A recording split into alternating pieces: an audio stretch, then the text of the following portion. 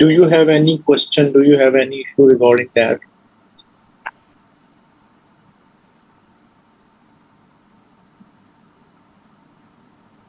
Okay, let's go on. Let's move on.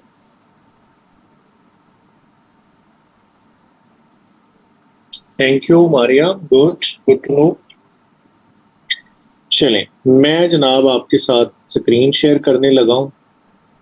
Just give me bit apology.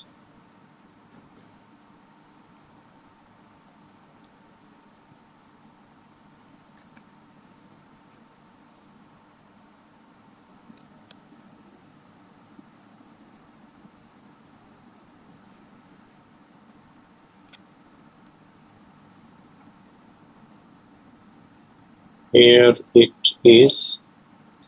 Notes मिल गए थे सबको? मैंने कहा चलो याद करें बच्चे जो है ना, इनको 2022 और 23 दोनों के करंट अफेयर्स दे दो। टू द पॉइंट बने हुए बस एक।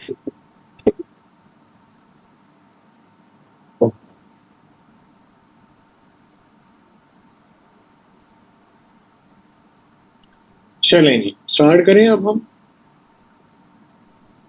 तो जस्ट 1 मिनट मैं आपका लूंगा।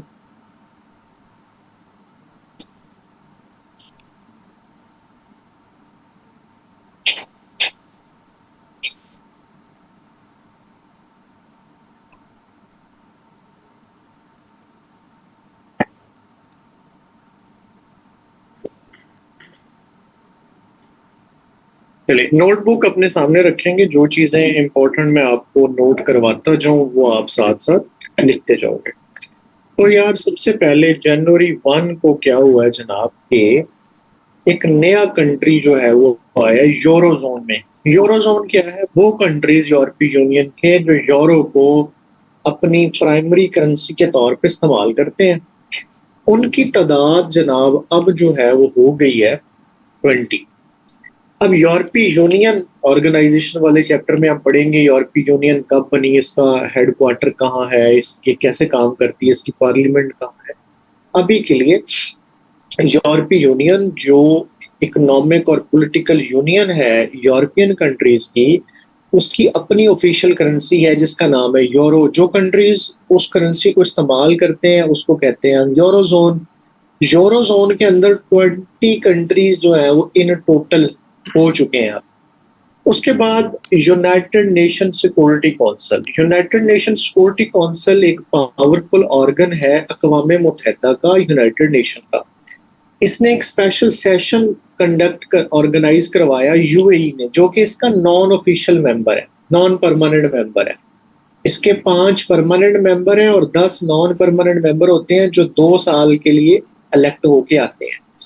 तो यूएई इस वक्त मेंबर था, तो और चाइना भी परमानेंट मेंबर है। तो इन दोनों ने मिलके जो है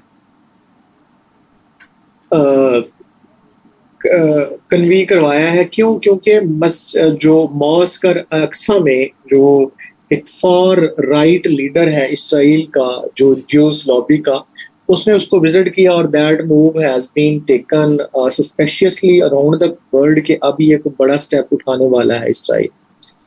चलें, इसके बाद जनाब हमारे पास आ जाता है अगला 6। अब ये this date is not important, this number is important, this date is important, क्योंकि अर्जेंट सेशन हुआ है, सेशन की डेट का हमें पता होना चाहिए। ये नहीं इम्पोर्टेंट कि किसने बुलाया, क्यों बुलाया, ये इतना इम्पोर्टेंट नहीं है। जनवरी 6 केविन मैकार्थी, ये बंदा जो है यूएस हाउस ऑफ रिप्रेजेंटेटिव का स्पीकर बन गया है और he is the 55th speaker of US house of representative. US Congress या यूएस की पार्लियामेंट 2 हाउस पे मुश्तमिल है, एक है सेनेट और एक है HOR हाउस ऑफ रिप्रेजेंटेटिव। 435 और 100 ये इसकी मेंबरशिप होती है। ये 6 साल के लिए इलेक्ट होके आते हैं, ये 2 साल के लिए इलेक्ट होके आते हैं, दोनों डायरेक्टली इलेक्ट होते हैं। तो ये जो हाउस ऑफ रिप्रेजेंटेटिव का नया पर्सन आया, इसका नाम इम्पोर्टेंट है, इसका नाम आपने याद रखना। नंबर इतना इम्पोर्टेंट नहीं है, डिटेल मैंने उसकी आपको बता दी है कि यूएस हाउस ऑफ रिप्रेजेंटेटिव में कितने मेंबर होते हैं और यूएस हाउस ऑफ सेनेट में कितने लोग होते हैं। ब्राजील की पार्लियामेंट जो है उसको स्टॉर्म किया गया, उसके ऊपर अटैक किया गया, और ये इसके पेपर में पीएमएस 2022 के पेपर में आया हुआ है ये सवाल। अब आपने क्या करना है, आपके लिए ये है कि क्यों, वाई, इसको सर्च करना है कि क्यों इनकी पार्लियामेंट पे क्यों हमला हुआ था। हमारे यहाँ 9 मई हुआ, वो थोड़ा था, थोड़ा डिफरेंट नौयत का था, लेकिन ये उसी से, ये भी एक पॉलिटिकल मूव थी, तो ये क्यों हुआ, तो इसको जानने के लिए यार आप क्या करोगे, आप वाई तलाश करोगे। लिख लो सारे लोग। ग्रीस का फॉर्मर किंग कॉन्स्टेंटाइन टू जो है वो एक्सपायर हुआ 10 जनवरी को। Not quite important. हाँ जी, उसके बाद ऑस्ट्रेलिया ने अफगानिस्तान के खिलाफ सीरीज खेलनी थी T20, ये पुल आउट हो गए। ऑस्ट्रेलिया ने कहा कि हम नहीं खेलेंगे। क्यों? इन्होंने कहा जी अफगान गवर्नमेंट वुमेन राइट्स का तहफ़्फ़ुज़ नहीं कर रही, हम नहीं खेलेंगे। और फिर हमने, पाकिस्तान ने कहा चलो जी अफगानिस्तान के साथ ना हम खेल लेते हैं, तो पाकिस्तान जनाब खेल लेंगे T20, और अफगानिस्तान ने आपको 2-1 से हरा दिया। ठीक है, यूएई के अंदर ये सीरीज हुई थी। अच्छा, जापान के प्राइम मिनिस्टर जो है, जो आज जिनका नाम है काशिदा, ये 2021 से इनके प्राइम मिनिस्टर हैं, ये बाइडेन के पास गए और जाके इन्होंने व्हाइट हाउस में बाइडेन से मुलाकात।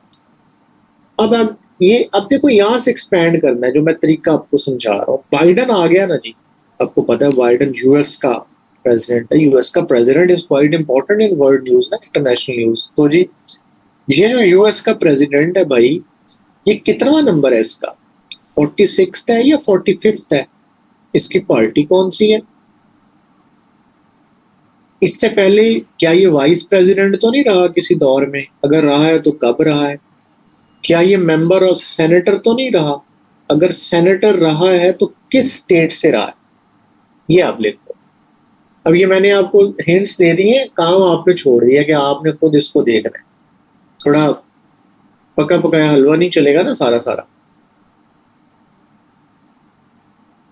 जी, डेलावेयर स्टेट जो है वो उससे रहा है बिल्कुल। और वाइस प्रेसिडेंट ये रहा है 2009 के टेनोर में, when Barack Obama was president, उसके नीचे ये वाइस प्रेसिडेंट रहा। उसके बाद जनाब एक वर्ल्ड रिकॉर्ड आया है, इंडिया ने श्रीलंका को ओडीआई के अंदर 317 रन से शिकस्त दे दी। ये दुनिया के अंदर हाईएस्ट रिकॉर्ड मार्जिन है जिससे विक्ट्री हुई। पाकिस्तान का हाईएस्ट विक्ट्री मार्जिन जो है वो 255 रन है, आयरलैंड के खिलाफ हमने जीता। ठीक है, तो साथ मैंने वो भी लिख दिया आपकी सहूलत के। फिर एक मूव आती है जिसका नाम है जी डकार कॉल रैली। ये सेनेगाल से शुरू हुई थी किसी दौर में 1982 के लगभग। अब ये मुख्तलिफ ममालिक में होती है। इस साल हुई है ये सऊदी अरेबिया ने, को 5000 किलोमीटर का इसका ट्रैक था, तो ये कतर के नासिर अली ने जो है वो, नसीर अली ने जो है वो ये जीत ली।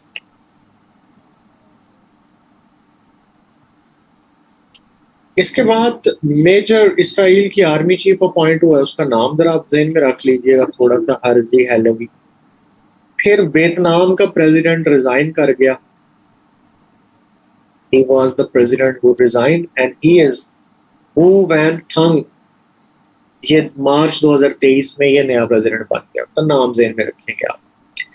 फिलिपाइन के अंदर नोबेल प्राइज विनर है रिसा। इसके ऊपर टैक्स एविजन के चार्जेस थे जो बरतरफ हो गए कि नहीं, इसने टैक्स एवेड नहीं किया।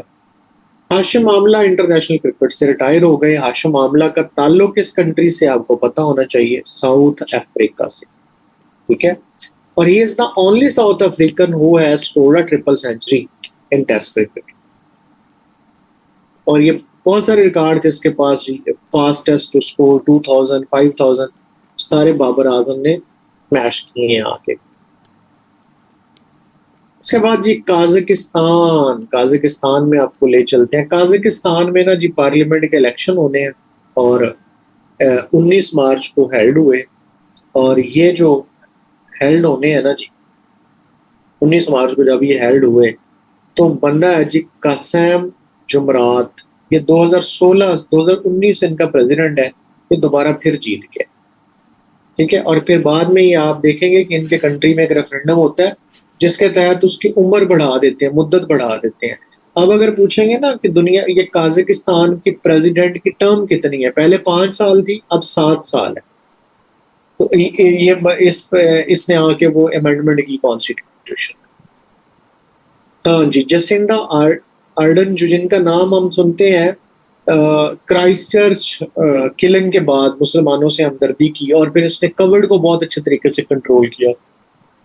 तो इसको ये इसका प्राइमरशिप खत्म होगी, इसकी जगह नई प्राइमर आ गए हैं, क्रिस हिपकंस न्यूजीलैंड के। जर्मनी का चांसलर स्कोल्स ये पेरिस गया है और इन्होंने पोस्ट वर्ल्ड वार, क्योंकि जर्मनी और फ्रांस जो है वो जंगों में रहे, वर्ल्ड वार 2 में 1 में एक दूसरे के खिलाफ, तो ये पोस्ट वर्ल्ड वॉर इनकी बड़ी अच्छी ताल्लुक रहा, तो उसको सेलिब्रेट करने के लिए गया ये। फीफा ने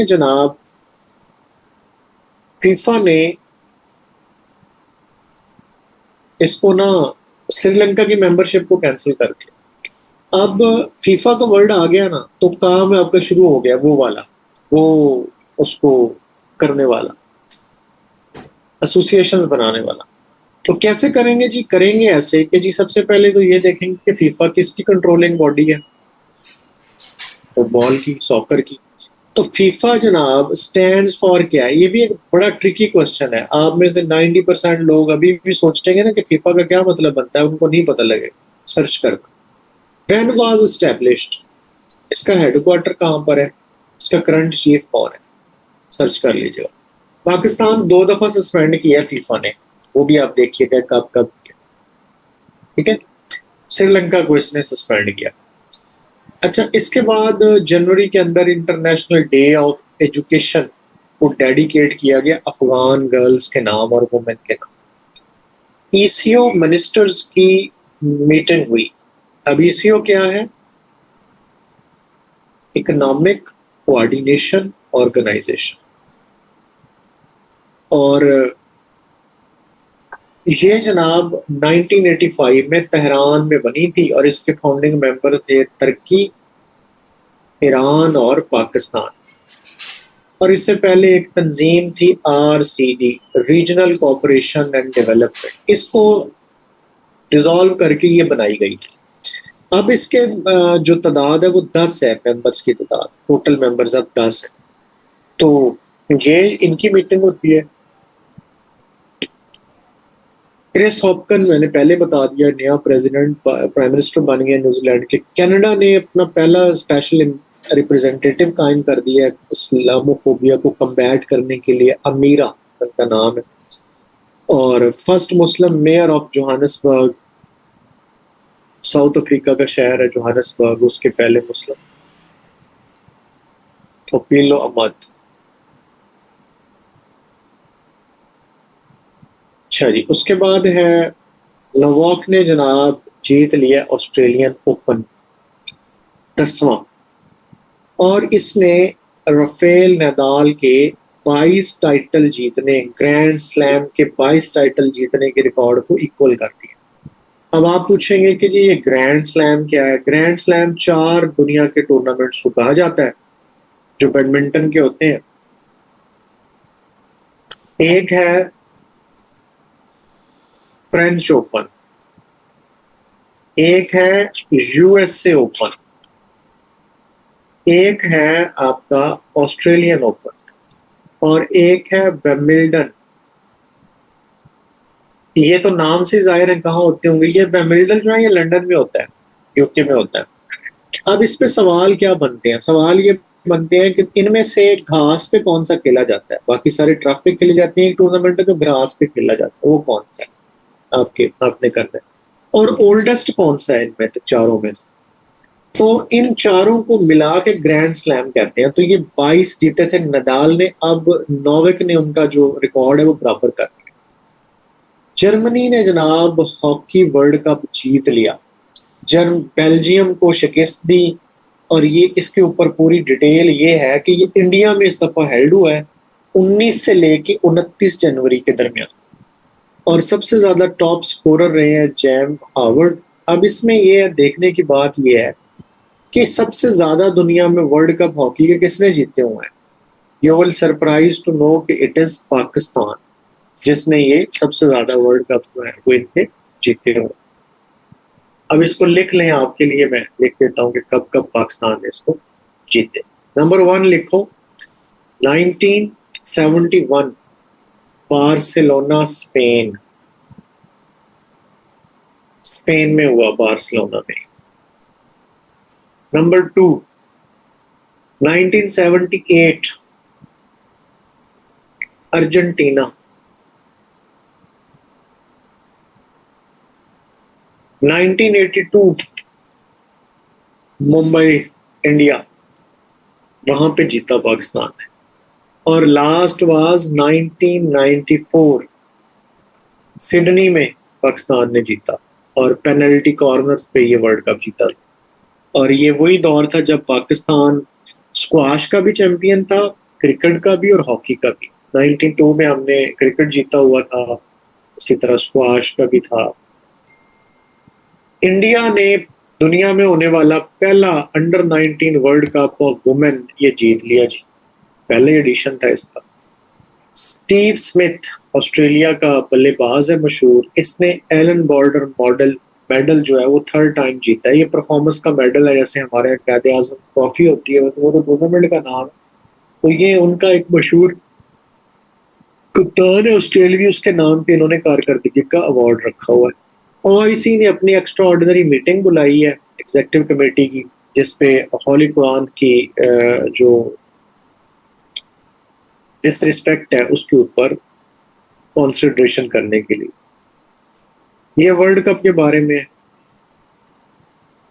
अच्छा, जनरल हाइलाइट्स इस महीने में क्या रही हैं कि जी, एक तो हेनले पासपोर्ट इंडेक्स जो है वो इस महीने इशू हुआ। इस पासपोर्ट इंडेक्स के मुताबिक दुनिया में सबसे ज्यादा पावरफुल पासपोर्ट जापान का है, 2nd नंबर पर सिंगापुर, 3rd नंबर पर साउथ कोरिया, सबसे बुरा अफगानिस्तान, इराक, सीरिया और पाकिस्तान। पाकिस्तान की जो पोजीशन है वो 106 है out of 110 countries, 4th worst. Church की ओपनिंग हुई तुर्किया में, पंजाबी को ऑस्ट्रेलिया के कुछ स्कूल्स में सब्जेक्ट के तौर पे शामिल कर दिया गया और पंजाबी दुनिया की 9वीं सबसे ज्यादा बोली जाने वाली जुबान है। मिस यूनिवर्स यूएसए की गैब्रियल को मिला अवार्ड। और दुनिया में सबसे लंबे अरसे के लिए, मतलब सबसे जो बूढ़ा शख्स था दुनिया में मौजूद, she was a woman, Luce Rendon. ये एक फ्रेंच नन थी जो कि 118 साल की थी, ये फौत हो गई जनवरी में। अब जो दुनिया के अंदर सबसे बड़ी शख्स है, ये भी औरत है, इनका नाम है मैरिया ब्रियास और ये स्पेन की रहने वाली है। और अगर मर्द का पूछा जाए तो उसका नाम है जी, मैं लिख देता हूँ, वो एक साल 114 का है, वो जॉन वैसन प्रेस। ये वेनेजुएला का है ये बंदा और इसकी 114 वर्ष उम्र है। वर्ल्ड गेम्स में इसका रिकॉर्ड है अभी, मतलब ओल्डेस्ट ये है। मेल में ये, फीमेल में वो है, ओवरऑल ऑब्वियसली वो 115 वाली है।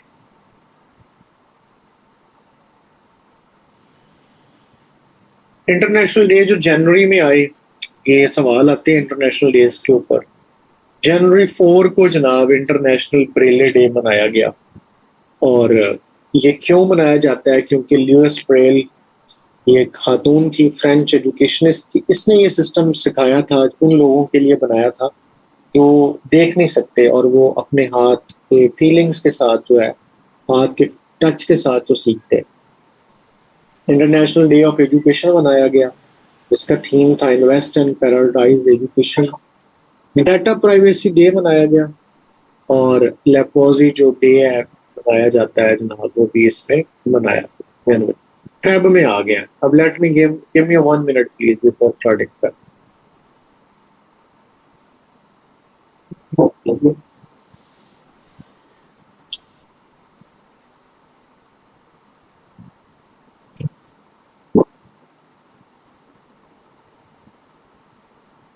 अभी तक के लिए कोई दिक्कत?